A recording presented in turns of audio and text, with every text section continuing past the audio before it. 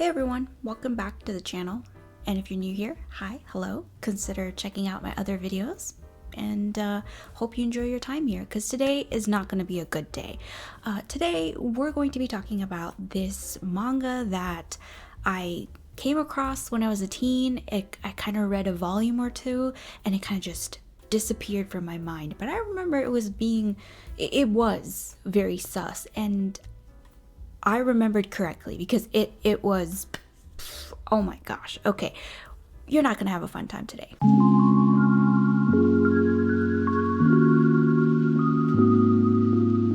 I made a video on Eat the Kiss. That's probably the reason why majority of you subscribed to the channel or even found me. It's because of Eat the Kiss, and that one was a dumpster fire. So I've got some things very similar for you today, and that is Blackbird. I will do my best to summarize all 18 volumes. I really don't have to because it gets really repetitive after a while, but I will give you a horrible summary of volume 1 so you are used to the material and understand what is going on in this particular manga. It is a really weird manga, and honestly, I have no idea why the author wrote it.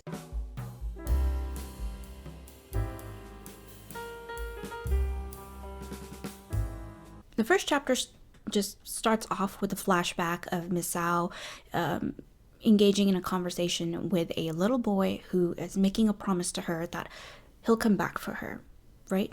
Flashback ends, and now she is tripping over spirits and stuff in school while talking to two of her besties.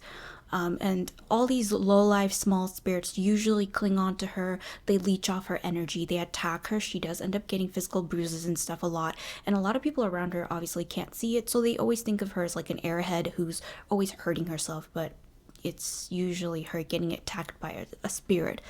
So she's not really entirely an airhead, but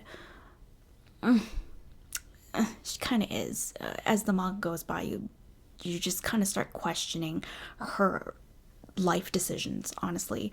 But she's turning 16 soon, of course, right? She's a senka, or a celestial fruit.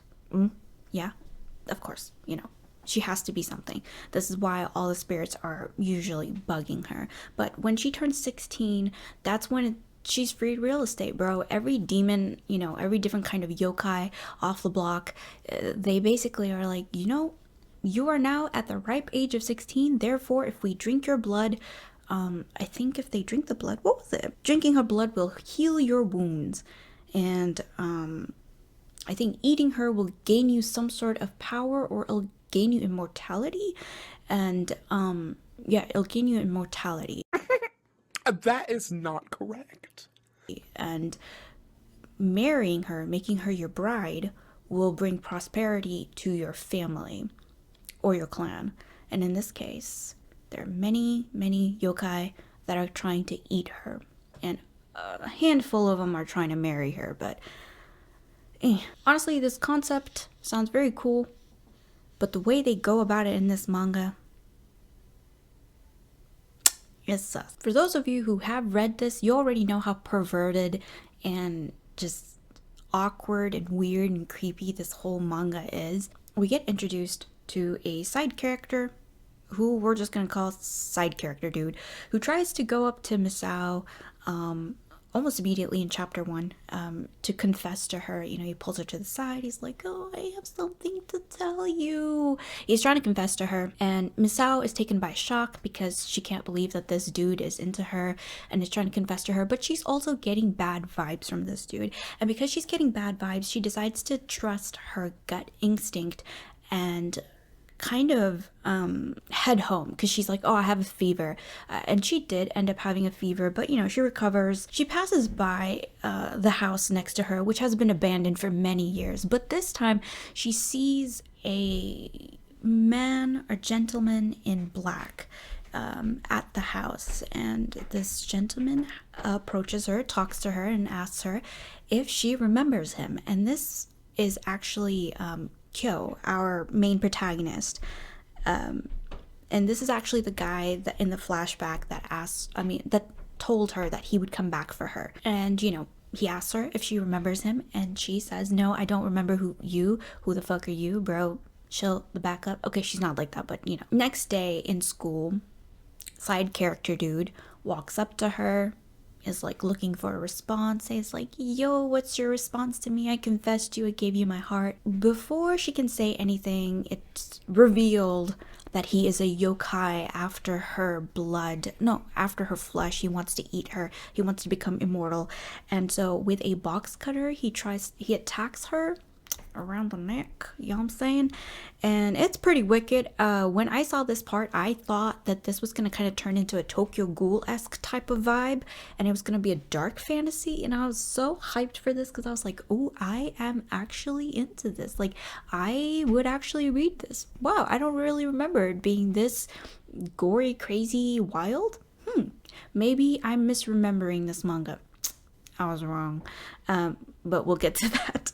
But anyway, she's in a pinch, and Kyo swoops in and saves the day, rescues her. You know, he, I guess, beats the yokai out of the side character, because the side character was possessed by the yokai. But it's revealed that Kyo is actually a Tengu yokai, and he made a promise to Misao when she was a kid that they would get married, and that he would come back for her. And now that she's 16, all these other yokai are coming for her. He is like, become my bride, you know, and I will protect you, and all this crap. And it could have been a romantic, cute scene if not for what happens next. And that is right after he says all this, like, oh, be my bride and stuff. Because Misao got cut on the side of her neck and is bleeding, homeboy tries to help her get rid of the bleeding, and he proposes. He doesn't propose, he just does it. He just starts licking her. He licks her wounds and heals her. Stop it. Get some help. There are many times throughout this like manga, while I was reading, I felt like some of the characters were kind of like a spin-off or like a bootleg version of Kamisama characters. You know, Kamisama Hajimemashita characters, like the Tengu, Kurama, Kyo. There's like a dragon character that shows up temporarily, but he's a side character, so we don't really, you know, engage with that character that much. There's a fox character that shows up. There's a snake character that shows up. So I was just like, yo, bootleg Kamisama Hajimemashita and Twilight on crack. That's what this is. But anyway, I want to continue summarizing some of the more common repetition type of plot that you'll see throughout volume 1 to 18. So I'm going to speed run what happens from volume 1 to 18 most of the time. Basically, Kyo begs and demands for Misao to be his bride on multiple occasions. He is older than her by 4 years. I think he's 20, she's 16. He somehow turns into a teacher and comes to school. So unlike Tomoe, who becomes a fellow student, Kyo becomes a teacher and teaches their math class. I'm like, how would you even be qualified at the age of 20 to be a high school teacher? Like, nobody double checked his credentials and stuff. Anyway, he becomes a teacher. Kyo is creepy. Kyo is always trying to cop a feel, if you know what I mean. He's trying to cop a feel all the time off Misao, all the time, okay? He is like, even when he becomes a teacher, whenever no one's looking, he's like always, his hands are always on Misao, and she's not giving consent. His hands are on Misao even before they get into a relationship and start dating. Like, he is a creepy motherfucker who is constantly touching her, and it's always played off as like this cutesy, oh, that's just cute, that's just how demons are, or it's whatever. It's like, it either turns into comedic relief. It really is never funny. I never laughed. I was like, where's the comedy in this? Okay, if it's not comedy, another thing that this thing tries to do a lot is it tries to morph it into like a relationship goals. There are like 2 or 3 more demons that attack Misao at school. It's the same scenario as that side character dude, where they come as students, you know, they talk to her, get on friendly terms, and then when she's alone, no one's looking, they attack her, right? And then same thing, same sequence of events, Kyo comes in and saves the day and then licks all her wounds to heal. It's the same thing and it happens so many different versions. I think at the end of volume 1 is when Kyo's 8 retainers come from the Tengu village to assist him, and you see them from volume 2 to 18. They're just there for like cute moments, or they're just constantly protecting Misao. They're also kind of there to be like, oh, she's the princess, she's like a big deal, she's the Senka, she's such a big deal. It's like, okay, whatever. They have side plots of their own, some of the characters do, but not really worth mentioning. It is boring. It is kind of interesting a little bit. Kyo's brother eventually gets introduced. He is one of the 8 retainers. He was originally supposed to be the head of that Tengu clan, but because Kyo wanted to marry Misao, and Misao happened to be the Senka, he had to become the head of the household to be able to marry her. There's a whole bunch of stuff like that, but it's like, if you take out all of the creepy, touchy-feely, unwanted touchy-feely, and borderline essay stuff that eventually happens in this comic, not borderline, this straight up is going to happen. If you take out all of that, this could be a pretty decent shoujo manga. This is shoujo manga. I'm pretty sure this is a shoujo manga. It's like some sort of weird SA fetish. That's how it comes off as at times. It's like, why? Why is it always this? Why can't it be something else? Homegirl is just going through it. Anyway, they do this whole plot where Sho, Kyo's brother, older brother, has actually removed most of Misao's childhood memories. That's why Misao doesn't remember most of her time with Kyo when they were kids in the promise, or Kyo saying that he'll come back for her, which, whatever. Oh my gosh, my neighbors is stomping. I almost forgot. This manga has a really, really bad habit of repeating the same lines, the same dialogue over and over and over in each chapter, or recapping events from the previous chapter in the next chapter. And they do this so much, it feels like a freaking Indian drama. Also, don't know why, but Sho, Kyo's brother, he also is creepy, and he has twice, I believe, twice or 3 times, one of those, in the manga, attempted to essay Misao. Volume 16 to 17 is revealed that Misao is pregnant, and if the Senka gets pregnant, she will die during childbirth. And the last 2 volumes is where Kyo is going crazy. He's, he loves her, and so he's trying everything in his power to make sure that she survives, and he's telling her that she doesn't have to carry the baby and all this other stuff. And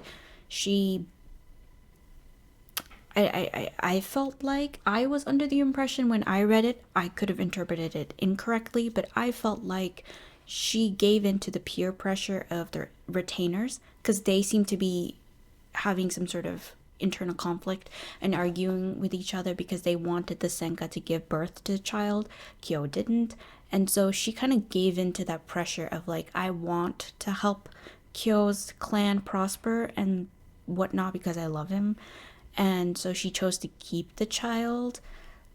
And long story short, it's obviously when she gives birth and like she's basically dying, he kisses her, and so he pours his own essence into her, therefore bringing her to life. Kiss of life, am I right? That's how it ends. They have a kid, boom bam. Of course, it's a very boring read. If you want to go and read, go ahead. I'm not gonna stop you. I'm not gonna discourage it. It's just a boring read. You're gonna get bored. You're eventually gonna be like, yo, this is really boring. It's like I said multiple times, it's repetitive, it's boring. There's a lot of dialogues that are reused.